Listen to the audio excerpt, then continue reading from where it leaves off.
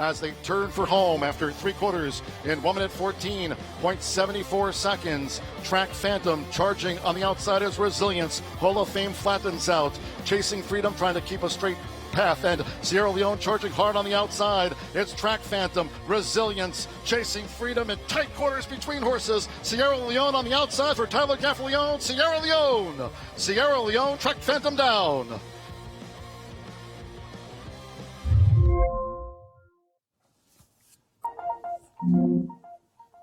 Not that it was in danger anyway of losing a Grade 2 status, Simon, but it's pretty well cemented now with Sierra Leone winning last year. Yeah, went from that to winning the Breeders' Cup Classic. Yeah. I mean, it was a long time between drinks for Sierra Leone, right? I mean, he was always threatening to win another big race, but he put it all together at the end of the year and saved it for the big one. This year's edition, wide open. 13 horses go forward, built for trainer Wayne Catalano. He's been very impressive down at the fairgrounds. He's running all the preps. The Gun Runner, he won by 16, was second in the Lecomte. Now he jumps into the Risen Star. He's going to get a lot of attention in there. And then East Avenue, of course, we all remember him from last year. Visually, probably one of the most impressive 2-year-old performances in the Breeders' Futurity. Couldn't back it up in the Breeders' Cup Juvenile, though. East Avenue making his first start of the year. Let's take a look back. This is the Breeders' Futurity at Keeneland. East Avenue working into the final furlong of the Claiborne Breeders' Futurity. Maintains a 5-length lead back to Ferocious in second. Dapper Moon is third. East Avenue will prove much the best in the Claiborne Breeders' Futurity. Tyler Gaffalione checks over his shoulder. A widening margin at the wire for East Avenue. 1 minute 40. East Avenue back October 5th at Keeneland and came back and stumbled bad at the start. That's a throwout race for sure, Simon. Another horse looking forward to coming back for me, Jonathan's Way. I thought his first 2 wins were off the charts good. He ran flat in the Breeders' Cup Juvenile. Then he came back with a decent second in Kentucky. What do you make of Jonathan's Way? Yeah, I mean, he was heavily favored in the Kentucky Jockey Club. I watched that race. You know, it wasn't the perfect trip for him. He couldn't reel in the front runner, but I think he's going to be sitting on a big one off the layoff here. They've always thought this horse had a ton of talent. He showed speed early. He's got some versatility. He's one on the lead. He's one from off the pace.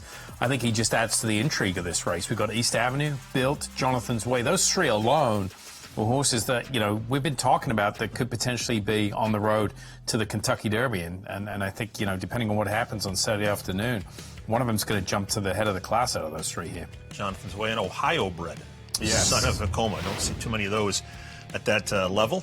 And he is 4-1 on the morning line. So a field of 13, race 14 on a 14-race card, which means it'll go off 4:30 Pacific, 7:30 Eastern, the Risen Star Stakes, Grade 2 event, $500,000 purse, Saturday, right here live on FanDuel Television.